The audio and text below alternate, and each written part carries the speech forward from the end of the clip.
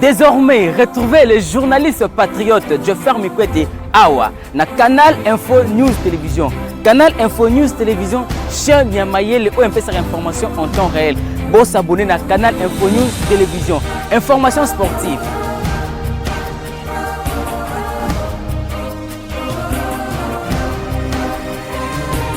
Information politique.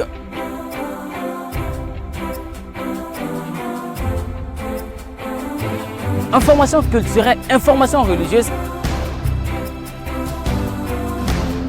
Kaka Awa na Canal Info News Télévision. Bon s'abonner pour vous rater information toute actualité à mon côté avec les vôtres. Jeffer Mikwete, les journalistes du peuple. Jeffer Mikwete, les journalistes patriotes.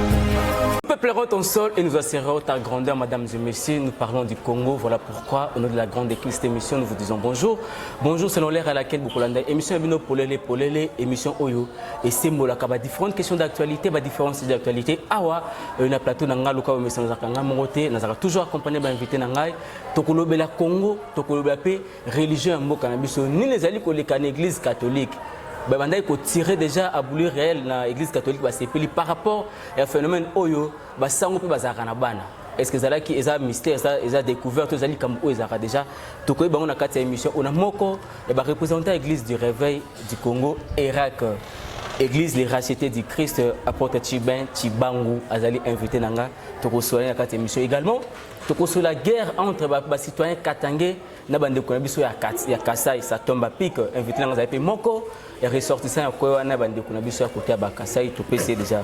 Beauté. Grand merci dans les couples Fili à Salempio, maman Florence Insona, émission Ebinengo Polele, apporte Chiban Chibangu. Bonjour.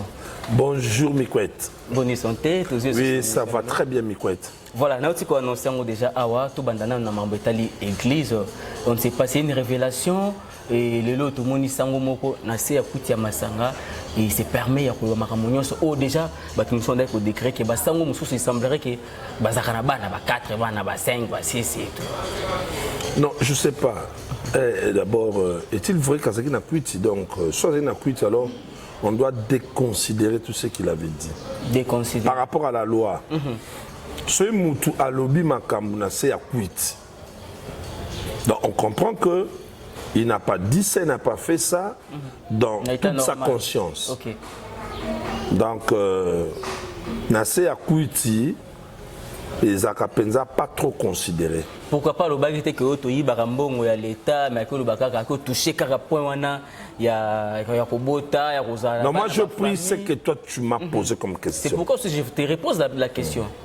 Donc on doit être d'abord sûr si c'est vrai il était ivre. Mais par rapport à la sagesse, pas dans un angle biblique, la sagesse du monde, par nos aïeux, nos cocos, et avec d'autres adages. Il y a d'autres personnes, pour te parler comme ça en face, en bang. Il faut avoir stimulant. En termes stimulants, ils ont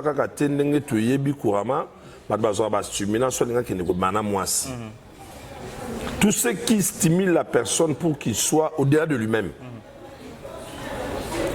Sans forme, dans la bangate, à comme la bangi, à comme la diamba, à comme la drogue, à comme la masanga, etc. Mais on ne doit pas négliger ce qu'il a dit. Or, en réalité, la réaction de cet abbé ou curé, c'était par rapport à la loi à Mongwabimis. Donc, il était conscient. Okay. C'est pourquoi nous devons enlever cette option à quit. Donc, il a réagi par rapport à une loi où Ebimeli Bango, où il a dit que Eza vrai. Ba vivara bongo. Eza neti ba cuisine interne na bango. Alors, pour moi, dans l'ensemble, la Bible dit ceci.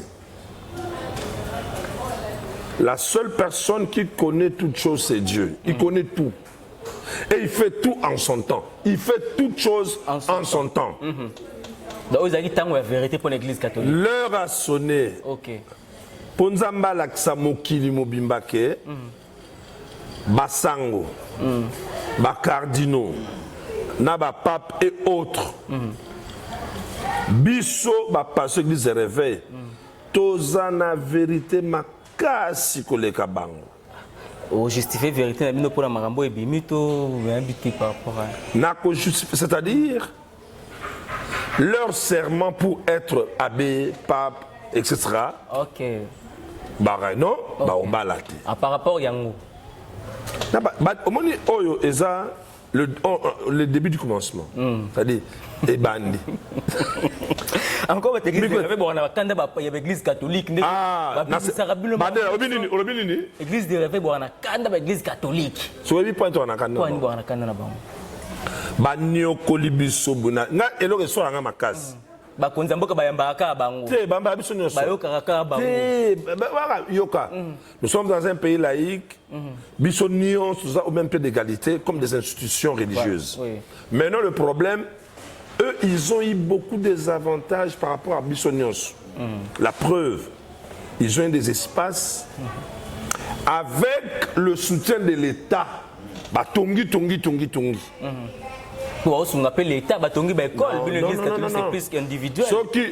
Non. Les individualités, na bandi koloba boye, mikwet. Nous tous, nous sommes au même pied d'égalité. Nous sommes un pays laïque qui accepte le divertissement de la religion. Les musulmans, les catholiques, les protestants, toi 8, il y aura 8.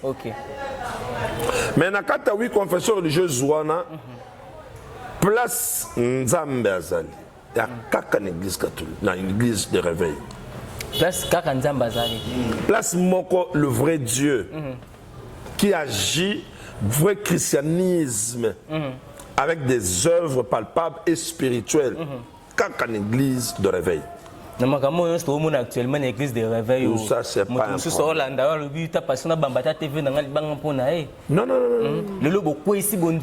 seul pasteur, c'est pas toute une église. On doit être quand même des intellectuels, non? Un seul... Attends. Sango moko oyo alobi makam. D'abord, ceux qui ont na confession religieuse nyonso oyo baza makasi na administration. Ya basango. En tout cas, côté wana ordre, respect, liturgie, beaucoup de choses. En tout cas, tilelo ngana pasteur baza na top, il faut tout l'en bango. Donc c'est parmi aussi les qualités. Oh, c'est là que va ça va espace pour que nani va gérer.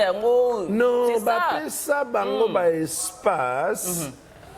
Tangu ba missionnaire bayaki. En ce moment, par rapport à l'histoire Yamboka, il n'y avait pas encore la manifestation à l'église de réveil, ça qui était. Bango ba bandi ne bandeli. La lutte, il y a papa prophète Simo Kimbango. Nenge Kendaki na ba Belge. Yepe Azwaki, ba espace au Yazwa. Voyez? Maintenant, après tout ce temps, quand le temps de Dieu a sonné, un exemple, Babi Piscine Mokezalaki, ba malade Bazaki wana. Et tout, enjaillé, a bougé, m'tokota liboso a biki. C'était comme ça. Maintenant, quand Jésus est venu, il a fallu que cette dispensation prenne fin. Il y a piscine. Que les gens comprennent que non, pour l'instant, c'est le sauveur du monde, Jésus-Christ. C'est pourquoi Moni Moutouana Bika qui sent être plongé dans la piscine. Or, la condition, c'est que tu as fois à mouiller. Mais il y a Bika à côté de la piscine, tu es paralytique. Alors, c'est ça la réalité des églises de réveil. On ne doit pas rester sous les lois, les conditions. Nous, on fonctionne sous la direction du Saint-Esprit.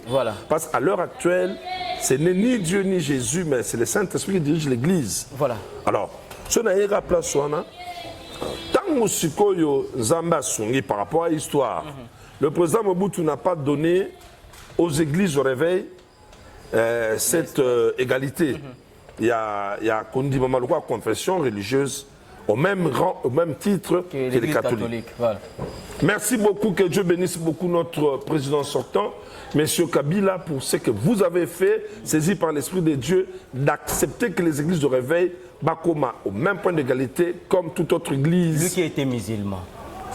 Nzamba Simba qui nous témoignait pas, c'était le temps de Dieu. Atazaki bouddhiste, Atazaki nani. Le monde est contrôlé, dirigé par ce que Dieu dit. Alors, il a signé et voilà pourquoi dans de grandes manifestations, ils ont engagé Mboka. Que Dieu soit loué parce qu'il nous a donné notre archevêque que je bénis en passant, l'archevêque général Dodo Kamba. Moi, je suis Ebele et pas quoi. Na mandat na ndo moni biloko ebimi. Na mandat na ndo moni biloko ebimi oyo, omoni ambongo abeti kuna, moni sang. C'est yo eloko zo sangana. Mais oh Seigneur, merci pour Dodo Kamba. Alléluia Jésus.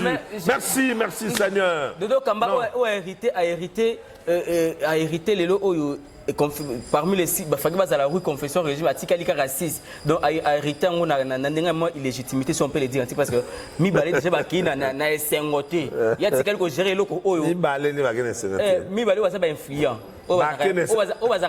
Influent par rapport à qui et par rapport à quoi? Par rapport à nous, banani, tanga ba kombo. Mi balé ni bas influent. Et c'est na catholique. Basen. Basen influent par rapport à quoi? Parce que batike obi maïle ya Dodo Kamba, on a émission. Non. Na bibo.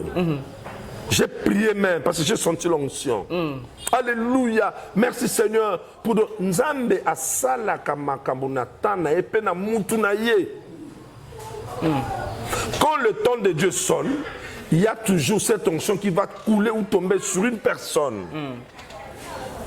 Et la personne pour cet instant, c'est le prophète Dodo Kamba, notre archevêque général, point barre.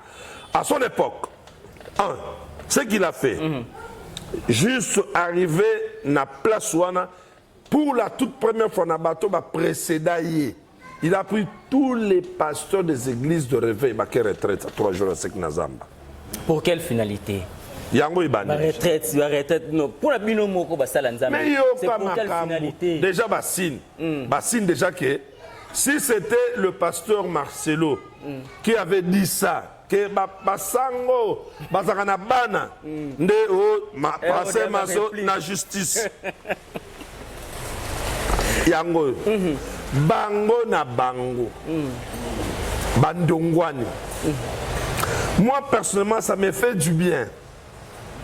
J'ai dit merci à Dieu parce que Bandeko Église catholique, Banyo, terme que soit Rangai. Binzambi, Binzambi. Botala Binzambi, Binzambi. Botala Binzambi, Binzambi. Yoga, Balabagutu, on a Mikola Souka. Yezo lobaike mangombe ko mebele nde mangomba. Mais ce balobakango c'est en guise de cause apôtre Tchibin. Na hotela makambo izoleka awa. Olobi angona sisa mutuna. Bazala ki na ignorance. Olobi église des réveils ezali la seule confession religieuse oyo Nzambe azana kati ya. Amen. Bible Bible. Amen. Bible Bible. L'Esprit éternel est sur moi, il m'a oué pour annoncer la bonne nouvelle. Est-ce qu'aujourd'hui, on peut dire que l'église des réveils, vous allez représenter physiquement l'église, vous allez l'église du réveil dans son entièreté. Là, je ne parle pas des individus, je parle de l'église, corps mystique de Jésus. Il y a Congo. Ezo panza sango malamu moko na zwe bisayo. Oyo église mon côté na Congo sala. Bon église corps physique cassé de Jésus cassé bino parce que eza bino nzamba pesa ki manda wana ya kupanza sango wana malamu. Kasi on a solo baté. Dans le bien quand je dis je parle de l'église de Kinshasa ou de la RDC, c'est pas ça qui représente tout le corps de l'église mystique de Jésus non. Toutes les églises na katia Congo, na katia Kinshasa, c'est une partie. C'est une partie. Maintenant, nous avons des églises locales. Net Oyo, Net ya Passion de Lokamba, Net ya Docteur Zunit Kazali, les églises locales. Il y a Godem Pouyi. C'est quoi yo? L'église Zouana, Nzambe atie batu baza na tête pour nous diriger. Maintenant, ils appellent avec l'église, je vais être sincère, ils appellent avec l'église où ma passion soit diriger, bah sali ba erreur. Bah commettre ba erreur grave. C'est longue conception à mutu na mutu. Erreur oyo j'ai fait comme on a grave. Ngasko par rapport à mon expérience ou mon parcours sur la terre des vivants, à moi on sous gravité. Ça dépend, il y a un niveau de compréhension, il y a un niveau, il y a parcours, il y a un niveau, il y a réflexion. Il y a un niveau de compréhension et réflexion.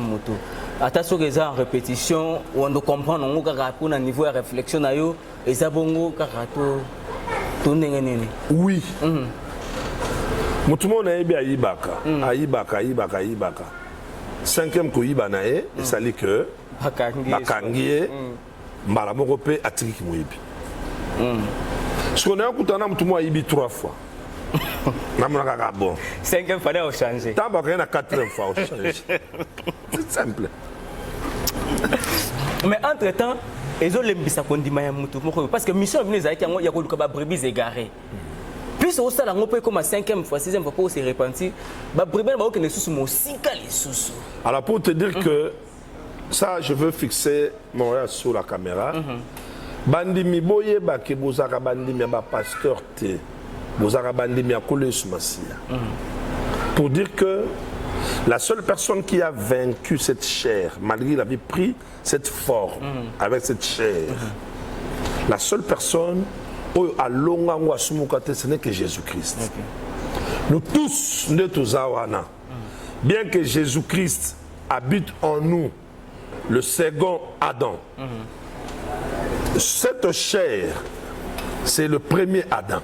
Papa, Mata Likoloti na 8e niveau Bambana.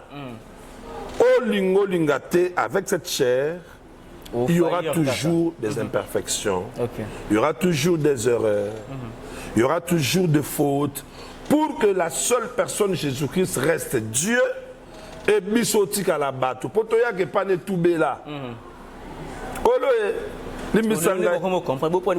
Non, c'est depuis longtemps. Il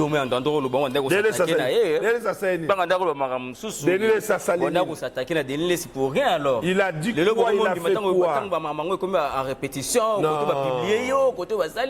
Attends, si je veux prendre tes propos par rapport à notre frère, à notre bien-aimé, le prophète Denis, Mokili et Tangi Sibiso, au moins, nous avons une mission parce que aux journalistes étaient à YouTube. Pour les journalistes, une caméra. Ça n'a pas tout balanda quand on était à Tanga. Na kata d'études nion sur Mokili. Ils appellent un morceau, morceau à court de déontologie. Par rapport à l'Ikambozola.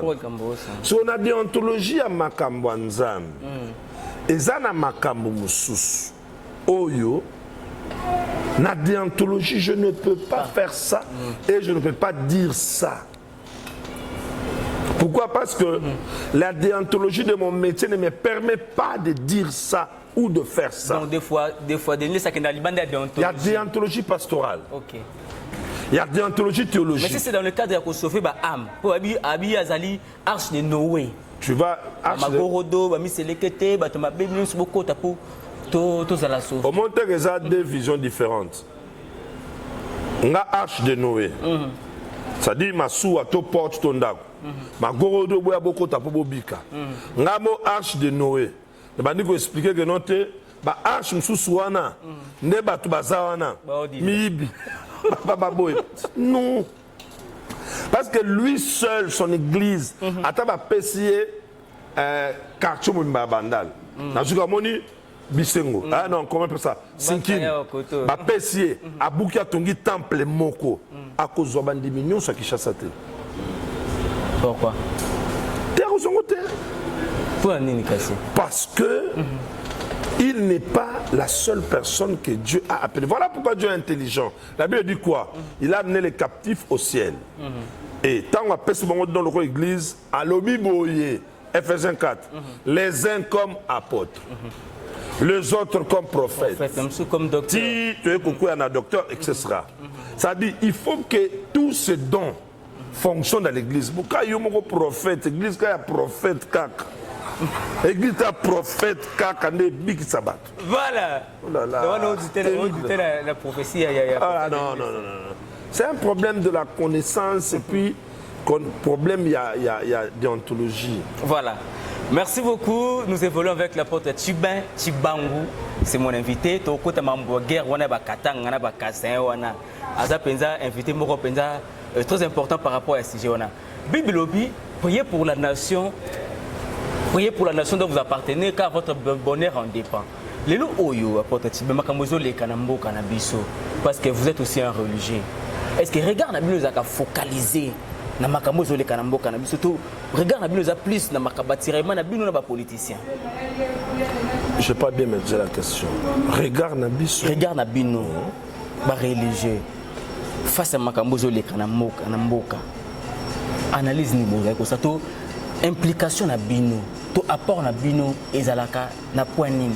Merci Jaffer, il y a beaucoup de choses qui se passent dans notre nation pour l'instant, il y en a beaucoup. Okay. Alors, toi tu es mieux informé que moi. Alors pour m'aider et aider nos téléspectateurs, essaie d'épingler 2 ou 3. Voilà. Pour tout solango bien. Il y a un autre awa. Bonheur ya mutu ezali lié na mboka oyo azali ko appartenir. Mais est-ce que lelo ondeng makambo azali ko kendela ozali mosala nzambe spirituellement ou physiquement, est-ce qu'un Congolais peut se tenir debout et dire que non, je suis fier na ndenge mboka nga ezali ko kende sur le plan social na ke na ngobongwana. OK. Ce qu'on suit sur le plan social, moi je dirais comme le mandat de notre président entrant dans les on ne chante pas la victoire ni la défaite avant la guerre. C'est-à-dire, quant à moi, c'est-à-dire social, Yamboka, nous pendons pessimistes et sengoté. Mais dans moi domaine moko lokolo ya gratuité enseignement. Parce que social englobe beaucoup de points. Oui. Éducation, santé. Voilà. Moi, non, on a dit là. Ce dobi social, tout ce qu'on a ngate na foufou, na 4 soso, moi, n'allez, non. Social. Balandina biso de partout.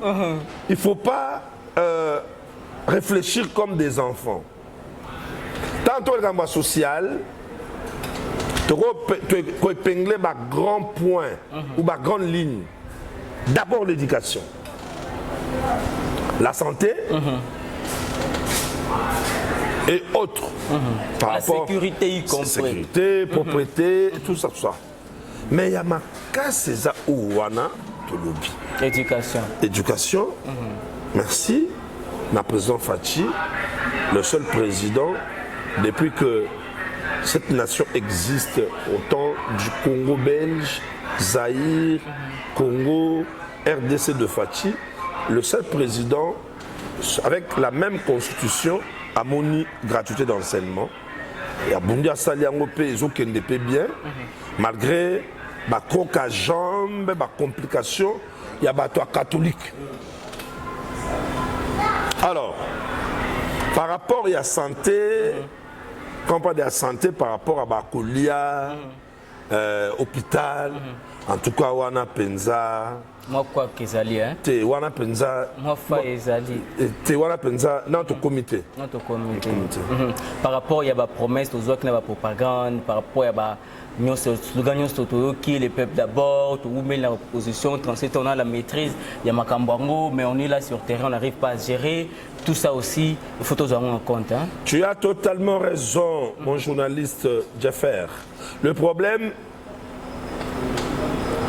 l'Ikambouya alternance, c'est pour la première fois.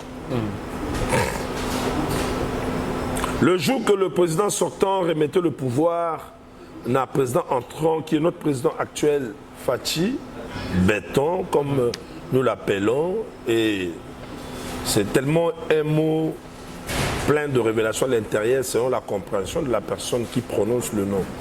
Ce que Ezali Kambouya, ça n'a pas été fait avec sincérité de cœur et le souci de faire avancer les pays. Mais l'alternance a Pourquoi? favorisé les lobos à pouvoir. Pourquoi? Non, il a mérité par rapport aux élections. Et ça devait se passer comme ça. C'est lui qui est au hasard pouvoir, tant à Zolongo a pouvoir, na muto a longi maponami. Mais il n'a pas fallu 3 ans, M. Laurent Désiré Kabila, pour essayer un peu de donner des signaux phares. Il y a changement. Il n'a pas fallu 3 ans ou 5 ans. Dans sa mission Mbele, chaque fois j'ai fait. Faut pas aller trop vite en besoin. Pourquoi? Mais les soucis notre pays est géré par les Mindele. Chaque fois. Notre pays, j'ouvre une parenthèse. Par rapport, il y a armement au Ukraine à Zanango. Il ne peut pas faire face Tilelo na Russie. Il ne peut pas abandonner parce que l'Ukraine a son mandou qui n'est pas une IRSS. Mais comment expliquer Tilelo, tu as remis 60 jours, ça veut dire, soutien Moko. Il y a une grande puissance, il y a Moukili. Bana Simanae, va renforcer. Un jour, tu as l'information à Papa Kazadi. Les bandes de la guerre, 10 jours, même si au monde des aboués. Ça, na Moutuna yo, hein.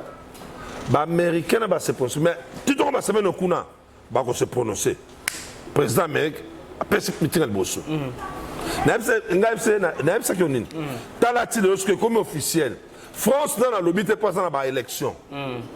Ce gars est Sili, pour ce que Sangani Bango 3 France, Grande-Bretagne, les États-Unis, Lingelio, papa, Bakouzwa Poutine na Maboko.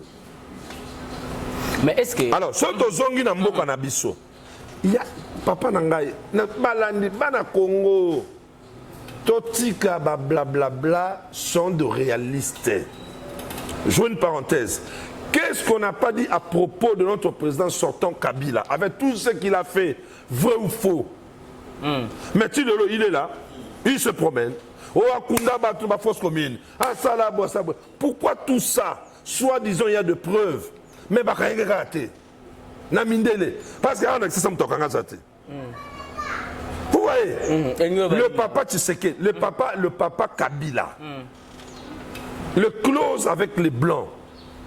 Maintenant, vous voyez, réfléchissons. Qu'est-ce qui a fait que Babou, ma papa, n'a pas changement en Boka? Parce qu'avec notre Congolais, mis en charge. Pourquoi? Parce qu'ils connaissaient le valeur, il y a la richesse, on nous a tellement exploité. Mais arrogance peut-être, ou vitesse à Koloba. Mais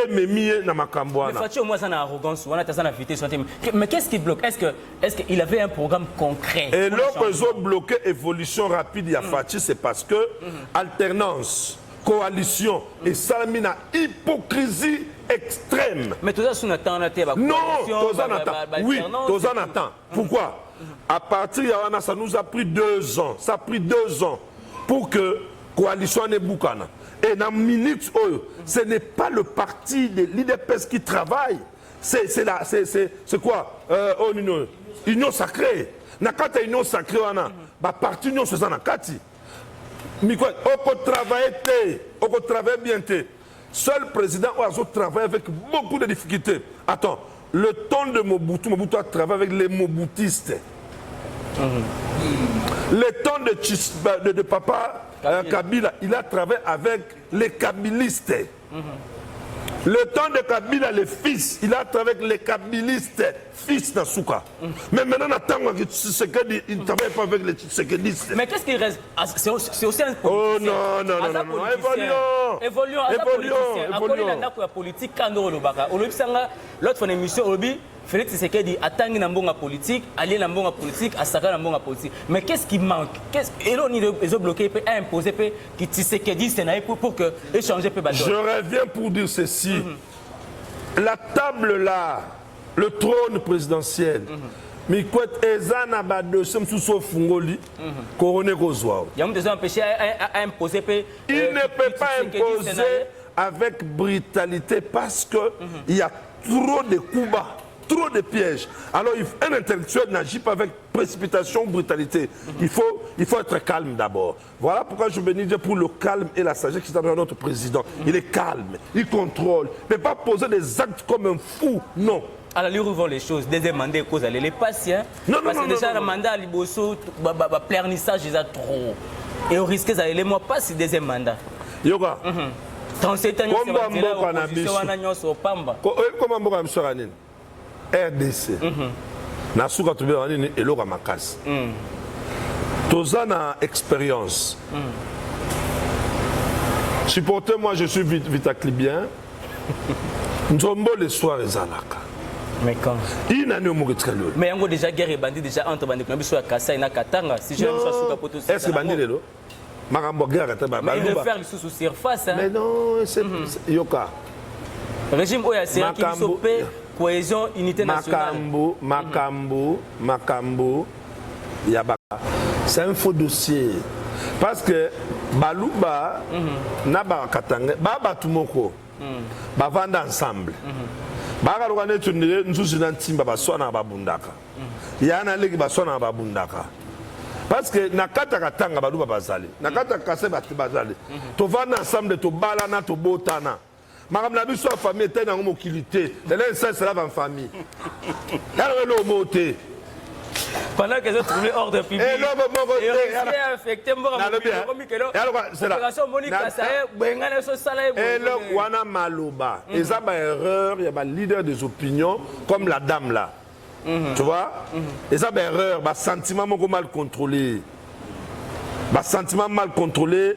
Et Tindi, tu habites Soko, Soko a dit bien. Ce qui n'est pas sentiment mal contrôlé. C'est pourquoi la Bible dit. Non, moi je ne peux pas dire. Moi, des propos pareils. Je ne vais jamais Katumbi. Non. Le sentiment na yemo kaibi. Il y a un Bible na Bible. Soza na kanda ko sumukate. Soza na kanda ko zo décision te. Soza na excès sengo ko ça peut décision te. Et ko kumba on a buzoba. Netwana. Il faut que ça soit étudié à âme. Moment le bakiango dans son âme. C'était quel sentiment? Excès de joie, de colère, de tristesse, qui pouvaient lui pousser à dire ça. Tout ça, là, pour il y a la psychologie, réaction. Au monde de tout le monde, pour tout ça, c'est ça.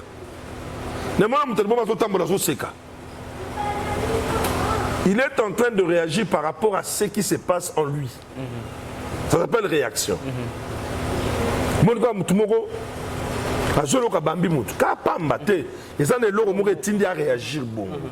Alors, c'est le cas de cette dame. Monsieur Bélé Salami, pour nous pardon. Réparer. Parce que c'est bongo. Mais en un mot, encore non, c'est la famille, c'est la grande famille. Parce que on na bakatanga et bandi leloté et bandi kala mais et silaki. Alors ce que moni mutumoko à l'heure actuelle et surtout na mandat il y a président Fachi dire soit comme ça. Moi personnellement j'étais pour deux options bimaki. Bato ba sengele pardon. Yemo ka sengi pardon. Na bato ba batali na à retirer malobana. C'est bien. Pourquoi? Parce que le pays est en paix. Bilom Soué Zalaka, quand tu es un leader, il y a opinion. Au lobby l'ikam. Bato bazana simanao par sentiment. Bako quand on appelle le ngaka ne tu as leader opinion. Au lobby l'ikam robo. Mutum soit linga ko mingi ana tina vérifié. Na un exemple. Neti Wayambo Bokechu.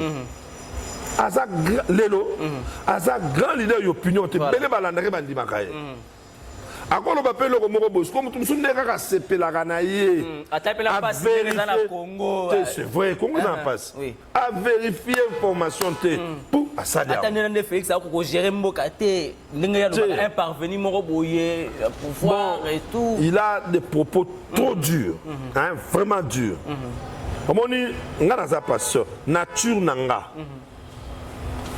Tout ça, on a deux exemples bibliques. Il y a deux prophètes majeurs dans la Bible. Prophète Nathan, prophète Jean-Baptiste. vis-à-vis il y a un chef de l'État à l'époque. Nathan qui s'approche devant David, qui régnait à l'époque. Tout pouvoir entre ses mains. Mais David a sali mabé. Un roi a sali mabé. Un prophète s'élève pour recadrer le roi, mais avec beaucoup de sagesse. En prenant un exemple. Papa Mokazana Mil Ngombe, Mokazana Moko, Papa Mil Ngombe Bomi. Oh, David dit, oh, ah ouais, ça l'a mis, oui. Dans Sa Majesté, la personne qui a fait ses aïeux. Tant aux Zumuaska, Moko, il y a ce terme. La Bible dit, Psaume 51, ne même pas David n'a repentance. Mais j'ose pour Jean-Baptiste. A Télémé Libala Hérode, Nenga Komaki, Mobali ya Mwasi Andekonaye. A Télémé Lango Pene à Mississa. Ti et puis Hérode, Kanda Baché na Boloko. Hérode, Bible dit, Hérode a Zobanga Kubumaye parce que peuple. Et ça y est na Simanaye. Voilà. Qu'est-ce qui a poussé Bakangaye? Savoir parler. Yozulu Bana Mukonzi. Voilà, d'ailleurs nous saluons l'initiative qui a été prise par le chef de l'État à déléguer le premier ministre Sama Lukonde Kokindeko Solola à Sangsa Bande Konamis à des communautés wana Kasai na Katanga basoli pour retirer un pays ya Kimia parce que la majorité ba autorité mboka na biso bazali ba Katangé. Le premier ministre déjà c'est un Katangé et belé ba bazali ba poste ba DG ba mandataire public belé bazali batu ya Katanga. Un mot par rapport à ça? Oui, une belle initiative. Pourquoi? Parce que tout ça n'a pas samboka, tout ça m'a quand même bien ça n'a mboka. Il faut tous à la unis pour tout affronter la réalité, surtout banguna au bazo kota kuluka kuzoma bela mboka. On peut pas entre nous pendant cette période, il y a rondongwana, ça nous fragilise. Voilà. Alors c'est une bonne initiative et nous soutenons que vraiment Baïda Boye, papa président. Et Kende Panzana. Voilà. Tout le monde a certains points par rapport à social pour qu'on ait Kende à 3 mandats. Il y a une proposition de loi pour que vous cause ma quantité par rapport à Yango. Le système qui non, si plein de députés, il faut à soit moi si naï, soit ndekuni, soit moko ya trépinaï. Il y a une proposition de loi no mona mondeni. Donc le tion doza muluba boye, jamais si plein na yo à cause appel muluba. Jamais à cause de la paix, il famille. Il faut que la relation soit il y a tribu, soit il y a. C'est une proposition de loi où ils sont déjà dans l'Assemblée nationale en examen. Moi, je me pose une fois de questions. Lorsqu'il y a qu'on appelle l'Assemblée, réunion parlementaire et tout, est-ce que dans vos calendriers, je commence par le président de l'Assemblée nationale, Bosso, ainsi que les collaborateurs dans tous les députés. Parce que ordre du jour. Et Outaka Mbosso, et Outaka, attends, je pose une question. To et Outaka na proposition. Il y a des parlementaires, il y a des PSI. Ok. Ceux qui pensent des députés, comme c'est le peuple Bango, ils doivent commencer d'abord par voir l'intérêt du peuple. Makambo ezotungisa peuple. Ba créer un article wana. Ba loi wana. Où est ce peuple kimia? Est-ce que l'autre proposition? Dis-moi. Na quatre na intérêt peuple ça. Mais ça quand même bien pour Tibin. Jamais to komona mubali ozaki depuis aussi moi et tout. Mboka. Omoni mboka na minitoyo mboka eza malamu te. Mboka ezali na se. Toyoka tatambo sangana kuna vous amenez de loi ba proposition ba loi oyo peuple ayoki lengi. Voilà. Merci Tokomina Souka. Je rappelle que nous avons apporté Tibin invité dans Namoukalolo. Tokomina Souka, un dernier message par rapport à l'émission parce que tu as vu que vous avez émission invité, moi vous avez toujours permanent tant que vous avez un poste à Nayo. Toi aussi c'est la mission déjà, mais avant de faire un message dans Souka na contact Nayo. Dans le régime c'est autour les cas, tout le monde qui régime Bangala, régime il y a Katangé, il y a Congo, il y a évaluation, chaque régime. Ah Congo coûte ça quitter. Bala kutu boye tout bakatange. Bon régime oya baluba. Mambe ke nene. Et puis aussi message. Na régime ya baluba. Lokola mandat na esilité, je peux pas. Kolobake esimbité. Donc tous la mandé si là pour toper sa bilan bien. Mais en termes de pourcentage jusque là la prestation jusque là en termes de pourcentage. Tous en a 60, 65. Ça c'est comme message n'a pas c'est parce que ngana ça quand c'est judoka. Oh, qu'est-ce que ça voit là ma mais on expliquer. OK. Na judo bako mené na koka na wazari na yuko olembi mais na dernier mi-temps so beti pon au gagner. Donc on a une année, il peut ne pas bima. Et puis alors nanga qui to retenir eloko moko na 3 sommaires pour journaliste Bisso Jeffer Mikwet. Puis moni quand le nom est Mikwet, faut pas changer la prononciation. Ça nous aide à comprendre l'origine de Bisso. Alors bande konabiso ya catholique ou eloba miwana bon comprendre les amakambe banda kala na CCC et bien nzambe nda bimisiango nzambe nda lingi to comprendre que ezaka bongo donc ya kokamo ezate mais par rapport aux écritures j'aurais souhaité na bandeko nyonso ya catholique bazonga na bapape na basango bayebisa bango que serment wana ya kobala te wana ya kobota te balongola yango mpo bakokoka yango te bande banda bakoka yango te mpo batika bango basamusa nzambe na kimia bakota balongola yango basango problème te ya mibale par rapport à mboka. Espérons que comme na kati social une partie est résolue, c'est que le reste de parti, avant les élections, ça va vraiment donner la joie. Comme parti, il y a enseignement et salibiso. Et dans le cadre de l'église de réveil, moi je veux dire ceci. Pour les journalistes, qui ont moi question,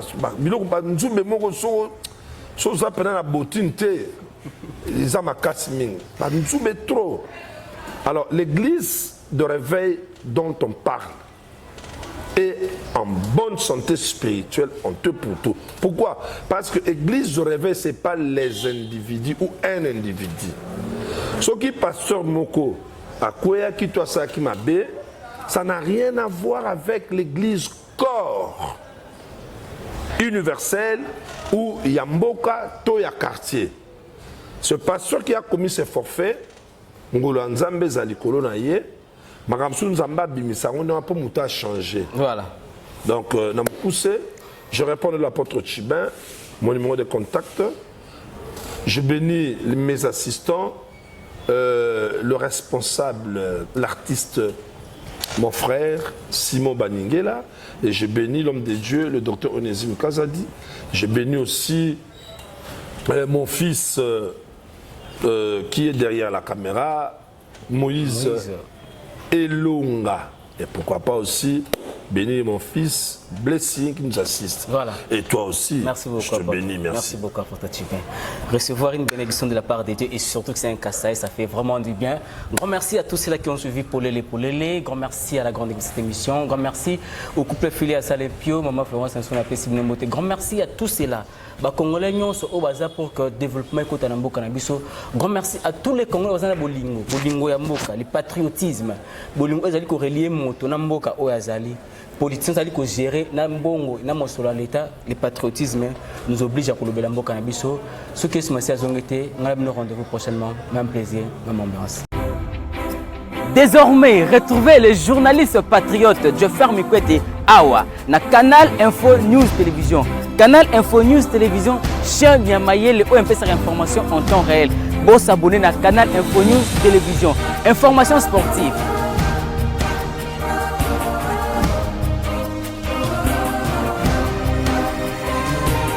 information politique.